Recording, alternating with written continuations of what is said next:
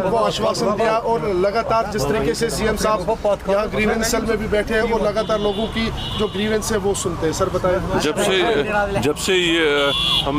यहाँ इन मुश्किलात से दो चार हुए हैं और बॉर्डर एरियाज़ में शेलिंग से नुकसानात हुए हैं, हमारी कीमती जानें भी ज़ाया हुई हैं, चीफ मिनिस्टर साहब ने खुद जाके ग्राउंड ज़ीरो पे इन जगहों का मुआयना किया, चाहे वो पुंछ का इलाका हो, जम्मू में बाकी एरियाज़ हो, यहाँ वैली में जितने एरियाज़ हैं, टंगडार हुआ, उड़ी हुआ, इन सब जगह पे उन्होंने खुद जाके जो है मुआयना किया। काफ़ी हद तक नुकसान है, बहुत ज़्यादा नुकसानात हैं, उन नुकसानात को पूरा करना हमारा फ़र्ज़ बनता है। उन्होंने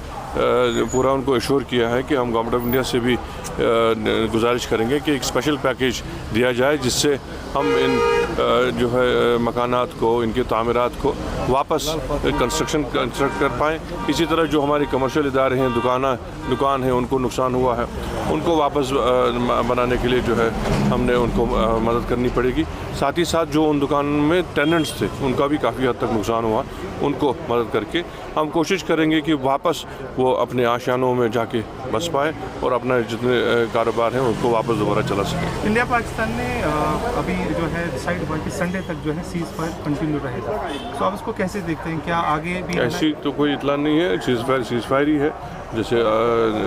पिछले कुछ दिनों से हम देख रहे हैं, बिल्कुल खामोशी है और हम उम्मीद करेंगे कि ऐसी ही खामोशी रहे। सर एग्रीमेंट के मुताबिक 18 तारीख तक उसको एक्सटेंड किया गया और उसके बाद जो इस्लामाबाद की रिपोर्ट के मुताबिक सर, क्योंकि बहुत सारे ऐसे आउटलेट्स की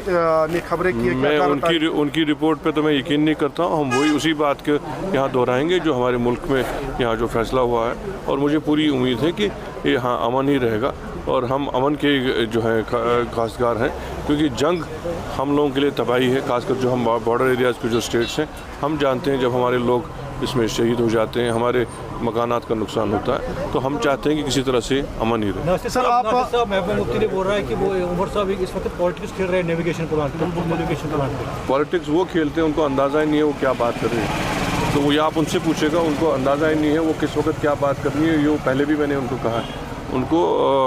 अपनी जो है मैच्योरिटी का जो है मुजाहरा करना चाहिए, सियासी मैच्योरिटी उनको दिखानी चाहिए। ऐसे मौक़ों पे वही बात करनी चाहिए जो जम्मू कश्मीर के लिए और इस मुल्क के लिए बेहतर हो। सर आप बॉर्डर्स एरिया से होके आए, तो लगभग जम्मू कश्मीर के बॉर्डर्स में कितनी सिविल कैजुअल्टीज़ हैं सर? बहुत हैं, खासकर पुंछ के एरियाज़ में बहुत हैं, उड़ी में हुई हैं, तो मगर जो इस तरह से नुकसानात हुए और जो हमने वहाँ बॉर्डर पर शेलिंग देखी, ये अल्लाह का मौजज़ा ही है कि ज़्यादा